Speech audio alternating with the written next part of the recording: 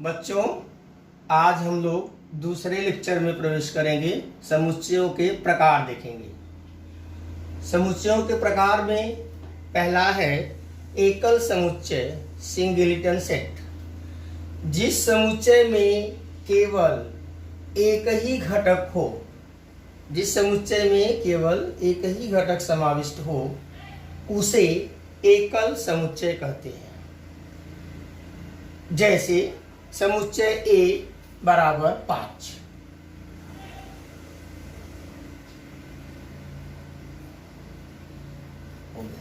उदाहरण समुच्चय A बराबर 5। दूसरा उदाहरण, ऐसी संख्याओं का समुच्चय जो सम हो और अभाज्य हो। संख्या 2 सम संख्या है। सम संख्याएं 2 से शुरू होती हैं, तो 2 सबसे छोटी सम संख्या है और 2 सबसे छोटी अभाज्य संख्या भी है। तो अभाज्य सम संख्याओं का समुच्चय 2। इसमें भी एक ही घटक है, अतः यह एकल समुच्चय है। तीसरा उदाहरण, ऐसी पूर्णांक संख्या जो न धन हो न ऋण, अर्थात शून्य। शून्य एक ऐसी संख्या है जो न धनात्मक है न ऋणात्मक है, अतः यह भी एकल समुच्चय है। दूसरा, रिक्त समुच्चय। रिक्त अर्थात एम्प्टी सेट, नल सेट। रिक्त का मतलब होता है खाली। जिस समुच्चय में एक भी घटक न हो उसे रिक्त समुच्चय कहते हैं। इसे खाली कोष्ठक या फाइल से दर्शाते हैं। रिक्त समुच्चय का उदाहरण, जैसे संख्या 10 और 11 के बीच सभी प्राकृत संख्याओं का समुच्चय। चूंकि 10 और 11 के बीच कोई भी प्राकृत संख्या नहीं होगी, अतः रिक्त समुच्चय होगा। तीसरा, सीमित समुच्चय। सीमित समुच्चय, फाइनाइट सेट। ऐसा समुच्चय जो रिक्त है अथवा जिस समुच्चय के घटकों की संख्या सीमित हो और जिसके घटकों को गिना जा सकता हो, जिसके घटकों की सूची बनाई जा सकती हो, उसे सीमित समुच्चय कहते हैं। बच्चों ध्यान दो, रिक्त समुच्चय सदैव सीमित समुच्चय होता है।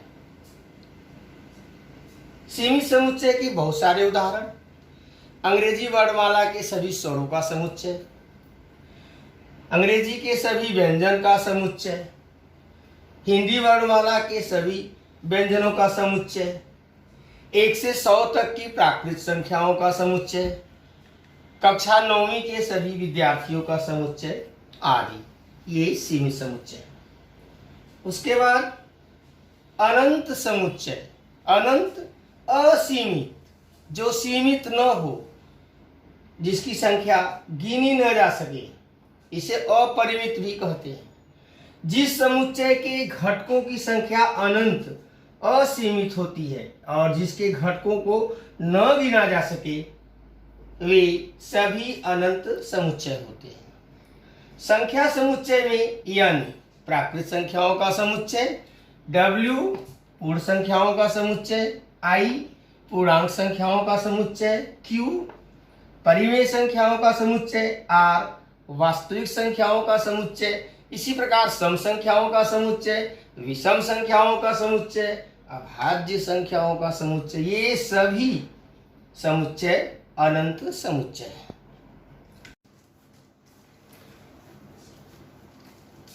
पृष्ठ 5 पर उदाहरण देखिए। सूची समुच्चय में लिख करके सीमित और अनंत समुच्चय में वर्गीकरण करना है। उदाहरण A ऐसे यक्ष घटकों का समुच्चय है जिसमें यक्ष घटक है प्राकृत संख्याओं का और यक्ष एक विषम संख्या है।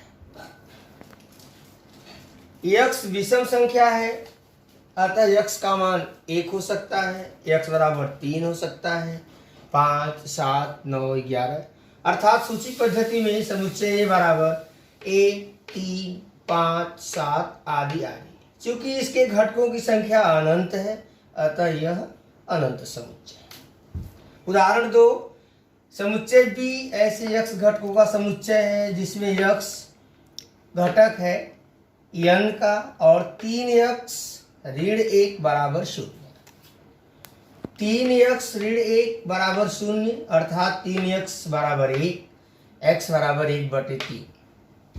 1/3 भिन्नात्मक संख्या है, अतः यह प्राकृत संख्या नहीं होगी। इसलिए समुच्चय बी में एक भी घटक नहीं है, अतः समुच्चय बी रिक्त समुच्चय या सीमित समुच्चय है। हमने आपसे पहले भी कहा कि प्रत्येक रिक्त समुच्चय सीमित समुच्चय होता है। तीसरा उदाहरण, समुच्चय सी ऐसे x का समुच्चय है जहां x घटक है n का और x 7 से विभाजित होने वाली संख्या, अर्थात x 7 के पहाड़े में आने वाली संख्या या x 7 की गुणज संख्या। सूची पद्धति से लिखेंगे तो समुच्चय सी बराबर 7, 14, 21, 28, 35, 42 आदि। चूंकि इसके घटकों की संख्या भी अनंत है, गिनी नहीं जा सकती, इसलिए यह अनंत समुच्चय है। चौथा उदाहरण, समुच्चय ई ऐसे x का समुच्चय जहां x घटक है i पूर्णांक का, x² बराबर 100।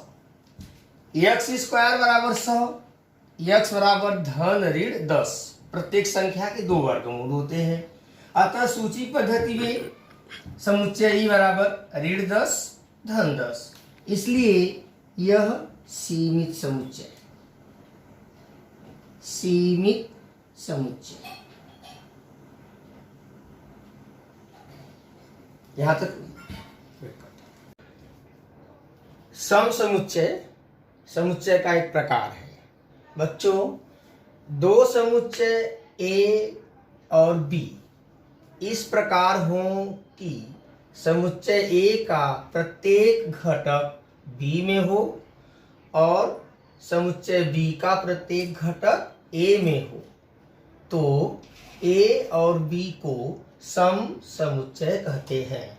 संकेत में सम समुच्चय अर्थात ए बराबर बी, ए सम समुच्चय बी। उदाहरण देखेंगे, ए ऐसे x घटकों का समुच्चय है जहां x यह लिसन शब्द के अक्षर, b ऐसे y घटकों का समुच्चय है जहां y यह साइलेंट शब्द के अक्षर है। ध्यान दीजिए, यहाँ समुच्चय ए और बी को सूची पद्धति में जब हम लिखेंगे तो ए बराबर LISTEN तथा समुच्चय बी बराबर SILENT। बच्चों, आप देख सकते हो समुच्चय ए में जो घटक है वही घटक समुच्चय बी में भी है। फर्क इतना ही है कि इनका क्रम आगे पीछे है, अर्थात घटकों का क्रम भिन्न होने के बावजूद भी दोनों में एक समान वही घटक है, अर्थात जो घटक समुच्चय ए में है वही घटक समुच्चय बी में है। अतः परिभाषा के अनुसार ए और बी सम समुच्चय है, अर्थात समुच्चय ए सम समुच्चय बी। आपने समुच्चय के प्रकार में एकल समुच्चय, रिक्त समुच्चय, सीमित समुच्चय, अनंत समुच्चय और सम समुच्चय परिभाषा के साथ और उदाहरणों के साथ स्पष्ट देखा। इसके बाद 1.2 के प्रश्न आपको इस वीडियो के नीचे PDF के माध्यम से मिलेंगे, जिन्हें आप कॉपी में हल कर लेंगे।